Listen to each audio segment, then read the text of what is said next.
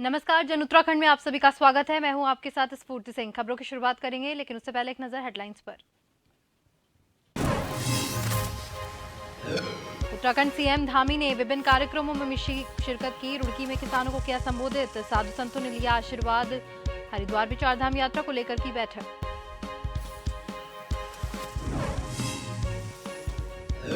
देहरादून में राष्ट्रीय सम्मेलन को लेकर मंत्री मीडिया से हुए रूबरू। कहा 11 और 13 अप्रैल को होगा कार्यक्रम। राज्य द्वारा मिलेट्स पर आधारित है सम्मेलन।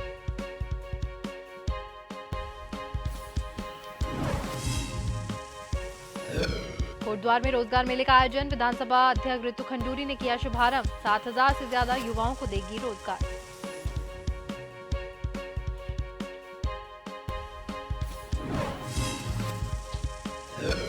ऋषिकेश में बीजेपी महिला मोर्चा की प्रदेश कार्य समिति की बैठक। सीएम धामी अध्यक्ष और मोर्चे की पदाधिकारियों ने की शिरकत। लोकसभा और निकाय चुनाव पर हुई चर्चा।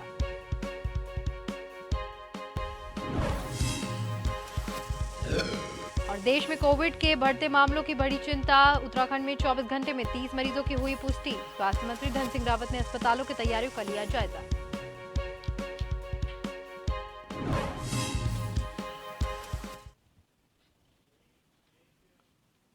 और अब खबरें विस्तार से। उत्तराखंड के रुड़की में मुख्यमंत्री पुष्कर सिंह धामी ने भाजपा किसान मोर्चा की प्रदेश कार्य समिति के समापन कार्यक्रम में पहुंचे, जहां उन्होंने भाजपा कार्यकर्ताओं और किसानों को संबोधित करते हुए कहा कि देश के किसानों को आत्मनिर्भर बनाना होगा। सरकार ने किसानों को प्रोत्साहित करने के लिए कई योजनाएं चलाई हुई है। बीजेपी ने हमेशा किसानों के लिए काम किया है। भविष्य में 50,000 पोली हाउस बनाने का निश्चय भी लिया गया है। वहीं उन्होंने लैंड जिहाद पर बोलते हुए कहा कि जो भी अतिक्रमण और अवैध कब्जे मजारों के नाम पर और अन्य नाम पर किए गए हैं, वे सभी हटवा ले, वरना प्रशासन के द्वारा सभी कब्जे हटाए जाएंगे। मुख्यमंत्री पुष्कर सिंह धामी ने कहा कि केंद्र और राज्य की सरकार लगातार किसानों के लिए काम कर रही है।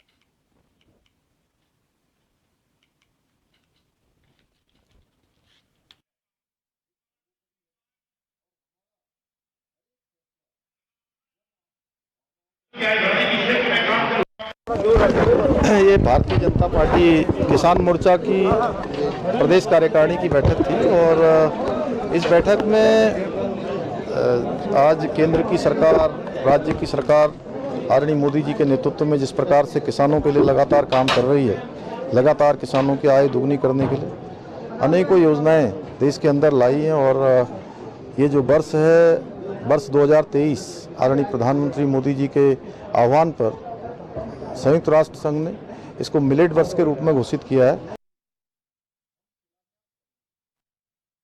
मुख्यमंत्री पुष्कर सिंह धामी रविवार को साय दिव्य ज्योति जागृति संस्थान द्वारा रेस कोर्स में आयोजित श्रीमद देवी भागवत ज्ञान यज्ञ में शामिल हुए। कथा व्यास साध्वी अदिति भारती और अन्य संत गणों से उन्होंने आशीर्वाद भी लिया। मुख्यमंत्री ने कहा कि दिव्य ज्योति संस्थान द्वारा समाज उत्थान और सामाजिक जन जागृति के लिए किए जा रहे प्रयास सराहनीय ही होंगे, समाज को प्रेरणादायी भी है। उन्होंने कहा कि संस्था द्वारा नशा मुक्ति की दिशा में भी कार्य किया जा रहा है। राज्य सरकार द्वारा 2025 तक उत्तराखंड को नशा मुक्त प्रदेश बनाने का लक्ष्य रखा गया है। उन्होंने इस दिशा में सहयोग के लिए सभी सामाजिक संगठनों और संस्थानों का सहयोगी बनने का आह्वान भी किया। मुख्यमंत्री ने कहा कि समाज के उत्थान के लिए किए जाने वाले कार्यों की सफलता में जन सहयोग जरूरी होता है। आमजन के समर्थन और सहयोग से ही सरकार द्वारा संचालित जन कल्याणकारी योजनाओं का लाभ लाभार्थियों तक पहुंचाने में मदद मिलती है।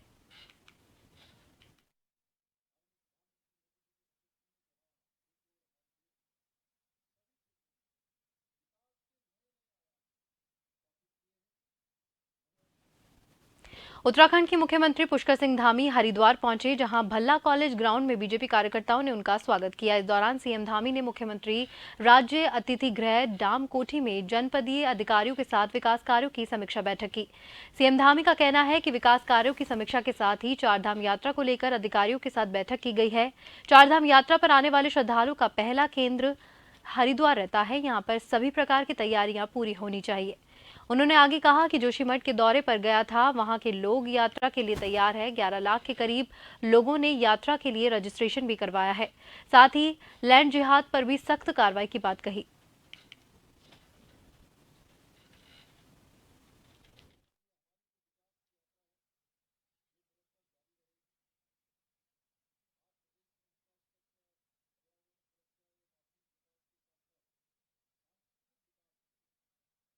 के पीछे बहुत बड़ा मंतव्य छुपा हुआ है और उसको लेकर हमने जो प्रारंभिक सर्वे करवाया उसमें 1000 ऐसे स्थान निकले हैं जहां पर अतिक्रमण हुआ है।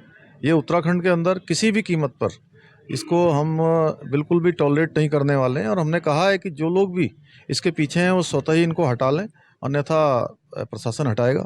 और मुख्यमंत्री भी समय पर लगातार आते रहते हैं और समीक्षा बैठक होती रहती है कि किस तरीके से जो काम गवर्नमेंट ने सुनिश्चित किए हैं उनका रिजल्ट क्या है। मुझे इस बात की खुशी है कि मैं भी दिशा की बैठक सहित अन्य बैठकों को लगातार लेता रहता हूं और सरकार, जनता और प्रशासन, इन तीन के बीच कोई खाई न रहे, गैप न रहे, ऐसी कोशिश होती रहती है। उसी क्रम में आज जब भी मुख्यमंत्री हरिद्वार आते हैं तो निश्चित रूप में बैठक लेते हैं। उत्तराखंड के कैबिनेट मंत्री गणेश जोशी हरिद्वार पहुंचे। देवभूमि पूर्व सैनिक कल्याण समिति हरिद्वार के 90वें वार्षिक उत्सव कार्यक्रम में मंत्री गणेश जोशी ने प्रतिभाग किया। मंत्री गणेश जोशी ने कहा कि देश की मोदी सरकार और उत्तराखंड की पुष्कर सिंह धामी सरकार पूर्व सैनिकों के लिए अच्छा कार्य कर रही है। मंत्री गणेश जोशी का कहना है कि पूर्व सैनिकों द्वारा आयोजित कार्यक्रम के प्रतिभाग करने का मुझे मौका मिला है। उनका कहना है कि मोदी सरकार और पुष्कर सिंह धामी की सरकार पूर्व सैनिकों के लिए अच्छा कार्य कर रही है। उत्तराखंड सैनिक बाहुल्य क्षेत्र है। देश की सेना में 75% सैनिक हमारे छोटे से राज्य से ही जाते हैं। देश की सुरक्षा करने वाला हर 5वां सैनिक हमारे राज्य से होता है। हमारी सरकार ने फैसला लिया है कि देश की सीमा पर शहीद होने वाले जवान के लिए एक परियोजना नौकरी दी जाएगी। इसके साथ ही सैनिकों को उनके परिवार को मिलने वाली सुविधाओं का भी हमारे द्वारा ध्यान रखा जा रहा है।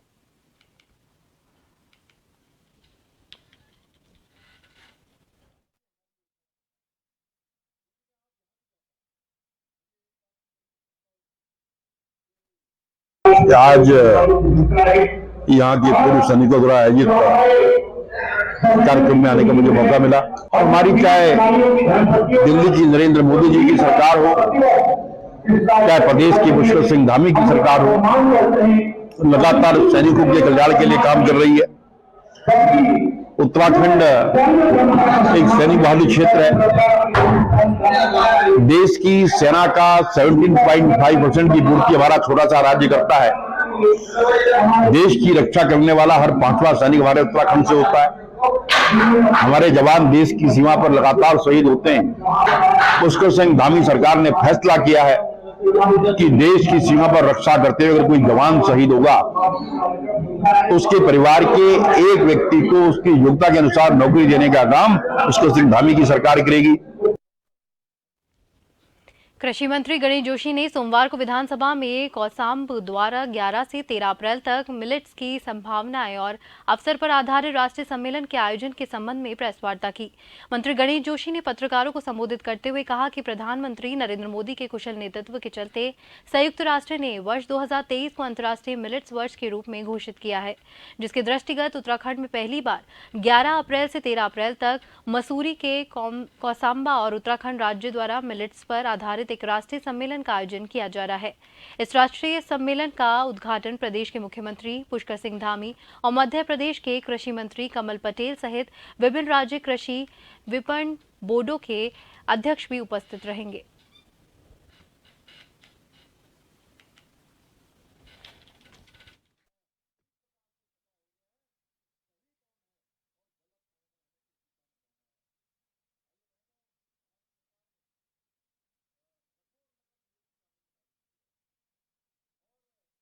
सम्मेलन में लगभग 15% के लोग इसमें प्रतिभाग कर रहे हैं। 11, 12, 13 को ये सम्मेलन होटल सवाई मसूरी में होगा। 12 तारीख की सुबह, हालांकि 11 को हमारे अतिथि आ जाएंगे, लेकिन 12 की सुबह इसके विधिवत शुभारंभ हमारे देश के मुख्यमंत्री धामी जी करेंगे। और इसमें हमने अनुसंधान क्षेत्र के लोगों को, वैज्ञानिकों को इसमें बुलाया है कि कैसे मिलेट्स का उत्पाद को बढ़ाया जाए। मार्केटिंग के लोग हमने से बुलाए हैं कि इसका विपणन कैसे हो। इन विषयों पर चर्चा होगी। इसमें मध्य प्रदेश के माननीय कृषि मंत्री कमल पटेल जी भी इसमें प्रतिभाग कर रहे हैं और बाकी सारी बोर्डों के चेयरमैन इसमें आ रहे हैं। और हमें पूरा विश्वास है कि इस मंथन से जो रिजल्ट निकलेगा उसका सबसे ज्यादा फायदा उत्तराखंड को होगा।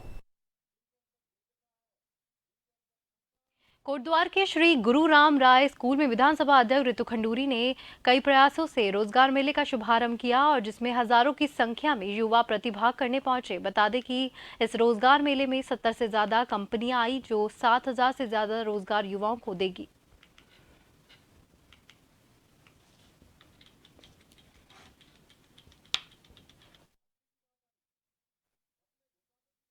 जी, आज कोटद्वार में एक बड़ा रोज़गार मेला हमने ऑर्गेनाइज़ किया है और यूनियन मिनिस्टर और गवर्नमेंट ऑफ इंडिया से मैं भूपेंद्र यादव जी का भी बहुत बहुत आभार व्यक्त करना चाहती हूँ, लता गौतम जी का आभार व्यक्त करना चाहती हूँ कि उन्होंने ये निर्णय लिया कि कोटद्वार में एक बड़ा भव्य रोज़गार मेला लिया जाएगा।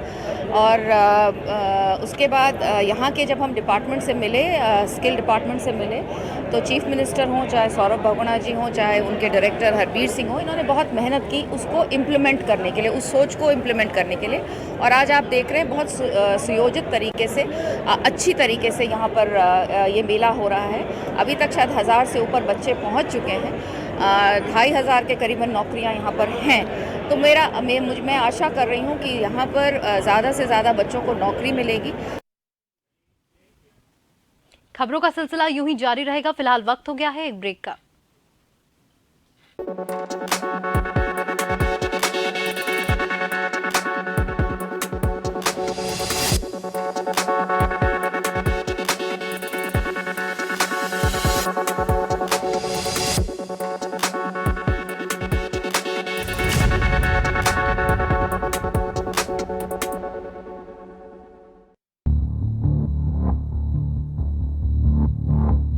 खबर जो कभी बताती है सच तो कभी कराती है एहसास। खबर जो है कुछ खास। खबर ही तो है जो कभी बनती है राजनीति से तो कभी व्यापार से, कभी आती है खेल से तो कभी मनोरंजन से, कभी खुशी से तो कभी गम से। हाँ, खबर ही तो है। खबर थमती नहीं और ना ही थमेंगे हम, क्योंकि हम हैं जन टीवी, जन जन की आवाज।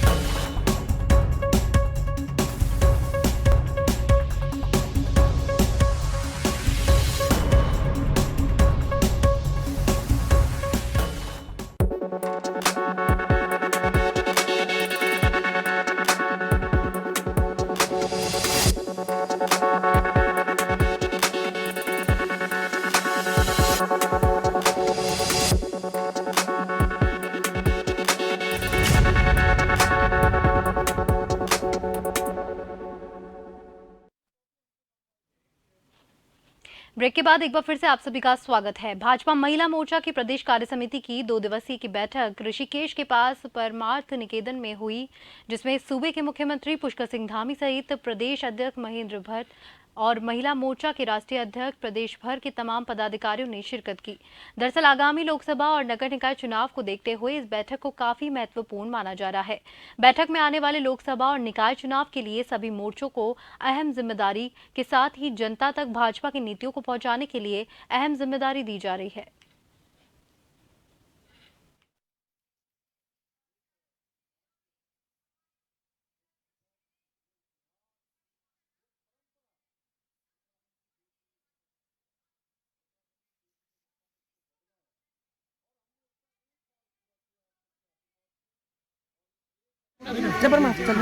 भाजपा महिला मोर्चा के कार्यकारिणी है।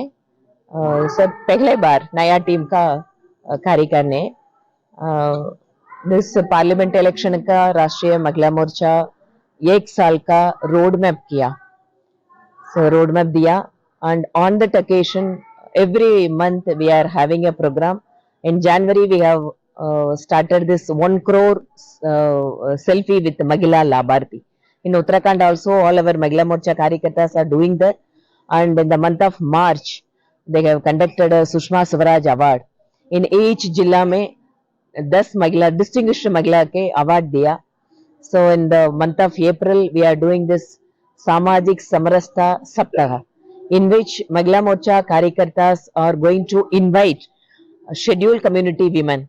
Then while having the meal with them, we are going to interact with them about the good work of our Honorable Prime Minister, and we are preparing ourselves for the Parliament election.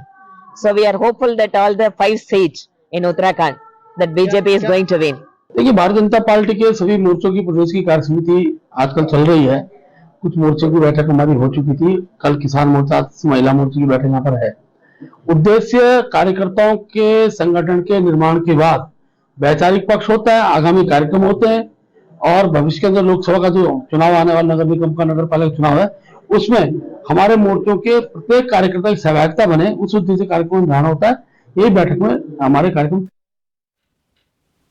Uttarakhand के डोईवाला में Lachhiwala toll plaza पर हाथी आधमका, जिससे हलचल much गई। जहां पर बता दें कि लच्छीवाला वन रेंज के एलिफेंट कॉरिडोर वाले स्थान पर टोल प्लाजा बना हुआ है। अक्सर इसी रास्ते से जंगल के हाथी एक जंगल से दूसरे जंगल की जगह आवाजाही करते हैं।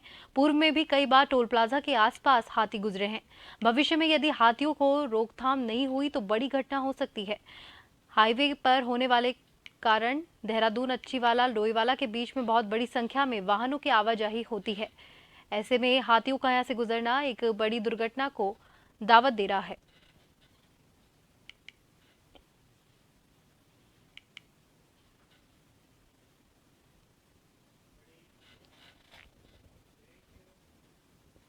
कोरोना की आहट से फिर एक बार सरकार को सचेत कर दिया है। इसके चलते उत्तराखंड प्राथमिक स्वास्थ्य केंद्र लालकुआं में आज प्रतीकात्मक रूप से कोरोना वायरस से ग्रसित व्यक्ति को अस्पताल लाया गया, जहां अस्पताल विभाग की टीमों ने तुरंत मरीज को इमरजेंसी में भर्ती कर चिकित्सकीय सहायता उपलब्ध करवाई। मॉक ड्रिल के इस अवसर पर पहुंचे उप जिलाधिकारी मनीष कुमार ने कहा कि किसी भी प्रकार की स्थिति बिगड़ने से पहले ही सारी तैयारियां कर ली गई है, जिससे कि आवश्यकता पड़ने पर प्रभावित को तुरंत चिकित्सकीय सहायता उपलब्ध करवाई जा सके। वहीं इस अवसर पर पहुंचे ब्लॉक चिकित्सा अधिकारी हरीश चंद्र पांडे ने कहा कि स्वास्थ्य विभाग की तैयारियां पूरी हो चुकी है और हमारा विभाग किसी भी आपदा के लिए निपटने को तैयार है।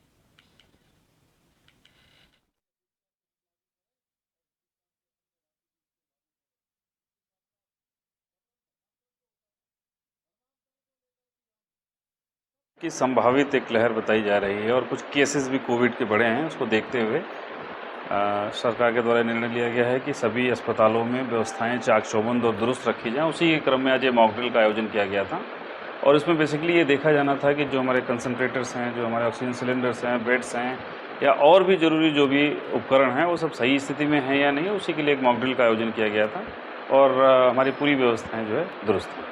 जैसे स्टेट से हमारे पास गाइडलाइन है, उसके हिसाब से आज और कल ये 2 दिन मॉक ड्रिल का प्रोग्राम है। इसमें हमें ये देखना है कि हमारे जो ऑक्सीजन कंसंट्रेटर हैं, हमारी दवाइयाँ हैं, हमारे बेड हैं, अवेलेबिलिटी क्रियाशील स्थिति में हैं या नहीं है।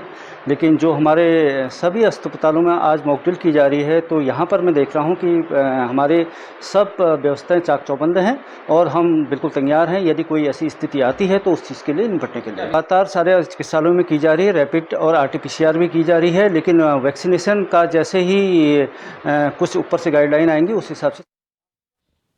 देश में कोविड के बढ़ते मामलों को देखते हुए एक बार फिर से चिंताएं बढ़ गई है। इसलिए 24 घंटे में देश में 5,880 नए मामले दर्ज किए गए हैं, जिसको देखते हुए केंद्र ने सभी राज्यों को टेस्टिंग और टीकाकरण को बढ़ाने के लिए सतर्क रहने के लिए कहा गया है। उत्तराखंड में भी कोरोना के बढ़ते आंकड़ों को देखते हुए सरकार की चिंताएं बढ़ गई है। पिछले 24 घंटे में उत्तराखंड में 30 नए मरीजों के कोविड की पुष्टि हुई है। बढ़ते मामलों को देखते हुए स्वास्थ्य मंत्री डॉक्टर धन सिंह रावत ने कोविड से निपटने के लिए अस्पतालों में की जा रही तैयारियों का जायजा लिया। स्वास्थ्य मंत्री डॉक्टर धन सिंह रावत ने कहा कि इस समय प्रदेश में कोविड की स्थिति सामान्य है, फिर भी राज्य सरकार कोविड को लेकर सतर्क है। उन्होंने कहा कि स्वास्थ्य विभाग टीकाकरण और टेस्टिंग को बढ़ा रही है।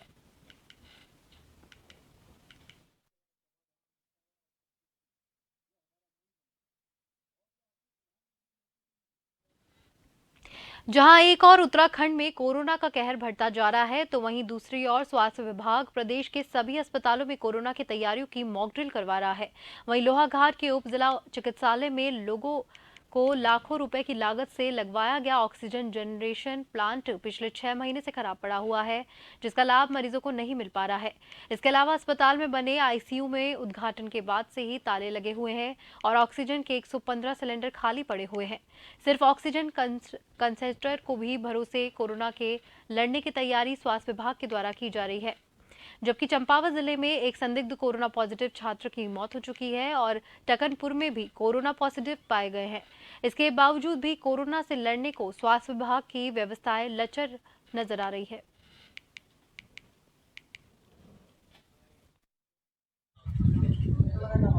कि अब हॉस्पिटल में जो भी मरीज आ रहे हैं यहाँ पे मास्क लगा के आए और डिस्टेंसिंग बनाए रखें। अस्पताल की जो कोविड को लेकर तैयारी है वो ऑलरेडी पहले से ही है, पहले से ही सब तैयारियां हैं। बाकी अभी एक्स्ट्रा तो कुछ नहीं है। इसके फिल्टर खराब है, डीजी मैम को भेज रखा है ये सीएमओ सर द्वारा और ये सीएमओ द्वारा। इसमें खर्चा आना है कुछ और सीएमसी भी होना है इसमें, तो ये डीजी स्तर से। और सिलेंडर के लिए भी अभी सारे सिलेंडर नहीं है हमारे पास, 2-4 ही सिलेंडर भरे हुए हैं, बाकी हम ऑक्सीजन कंसंट्रेटर से बल्क कर रहे हैं। ये लोहाघाट उप जिला चिकित्सालय में जो ऑक्सीजन प्लांट लगा हुआ है वास्तव में यह दुर्भाग्यपूर्ण विषय हमारे लोहाघाट जनपद चंपावत के लिए है। आज जो है यहाँ बहुत समय से इसमें जो जिसकी अभी पता किया गया, इसकी सर्विस हर 2 महीने बाद की जाती है, जो सर्विस नहीं हो पाई है, जिसकी वजह से यह प्लांट सफेद हाथी साबित हुआ है अभी। और जल्द से जल्द इसमें सीएमओ से बात कर इसकी सर्विस करवाने की बात की जाएगी, जिससे हेमकुंड साहिब में इस समय करीब 12 फीट बर्फ है। हेमकुंड सरोवर भी पूरी तरह से बर्फ से ढका हुआ है। सेना के जवानों ने हेमकुंड साहिब पहुंचकर स्थिति का जायजा लिया। हेमकुंड साहिब के कपाट 20 मई को खुलेंगे। इससे पहले 20 अप्रैल के आस्था पथ से बर्फ हटाने का काम शुरू किया जाएगा। गुरुद्वारा श्री हेमकुंड साहिब ट्रस्ट के अध्यक्ष ने बताया कि शनिवार को 418 इंडिपेंडेंट कोर के brigadier Aman Anand, officer commander Sunil Yadav की देखरेख में कैप्टन मानिक शर्मा, सूबेदार मजेंद्र नेकचंद्र और हवलदार हरसेवक सिंह ने हेमकुंड यात्रा मार्ग का जायजा लिया। यात्रा पर अटकले और अटलाकोटी ग्लेशियर में करीब 10 फीट की बर्फ जमी हुई है। हेमकुंड साहिब में भी करीब 12 फीट तक बर्फ है। गुरुद्वारे का प्रवेश द्वार और सरोवर भी बर्फ से ढका हुआ है।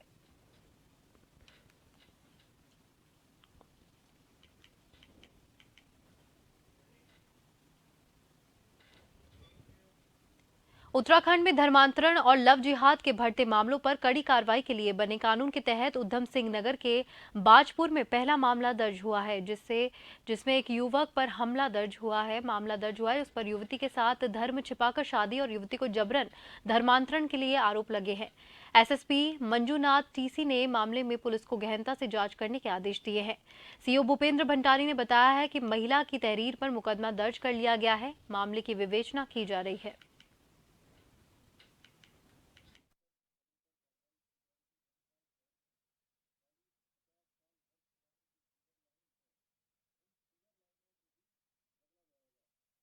जी, बाजपुर में एक बहुत ही सीरियस मामला सामने आया है।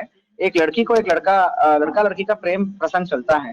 शादी से जस्ट पहले पता चलता है कि लड़का कोई और समुदाय के है, तो फिर भी ये दोनों शादी करते हैं, क्योंकि लड़का और लड़के के परिवार वाले ने बोले थे कि लड़की जो है अपने धर्म के साथ रहे और वो लड़का भी, दोनों अपने अपने धर्म के अनुसार रहेंगे और शादी अच्छे से रहेगा। लेकिन अभी जो है हाल ही में रमजान जब शुरू हुआ, तब से लड़का और लड़के के परिवार वाले लड़की को बहुत परेशान करते हैं कि रोजा रखने के लिए, गोमांस खाने के लिए, विभिन्न प्रकार की रीति रिवाज फॉलो करने के लिए, जो लड़की पसंद नहीं था, और धर्मांतरण करने के लिए भी बहुत ज्यादा दबाव देते हैं।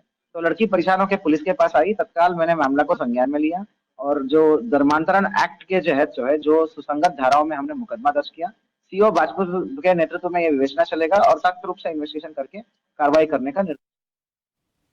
हल्द्वानी पहुंचे केंद्रीय राज्य मंत्री अजय भट्ट ने मुख्यमंत्री पुष्कर सिंह धामी द्वारा लैंड जिहाद को लेकर सख्त कार्रवाई किए जाने के बयान का समर्थन करते हुए कहा कि राज्य में किसी भी धर्म, मजहब, वर्ग का व्यक्ति अगर सरकारी भूमि पर कब्जा करता है तो उसके खिलाफ कठोर कार्रवाई होनी चाहिए। अजय भट्ट ने कहा कि धर्म की आड़ को लेकर सरकारी जमीनों पर अतिक्रमण अब किसी भी कीमत पर बर्दाश्त नहीं किया जाएगा। इस पर मुख्यमंत्री पुष्कर सिंह धामी ने भी सख्त एक्शन किया है।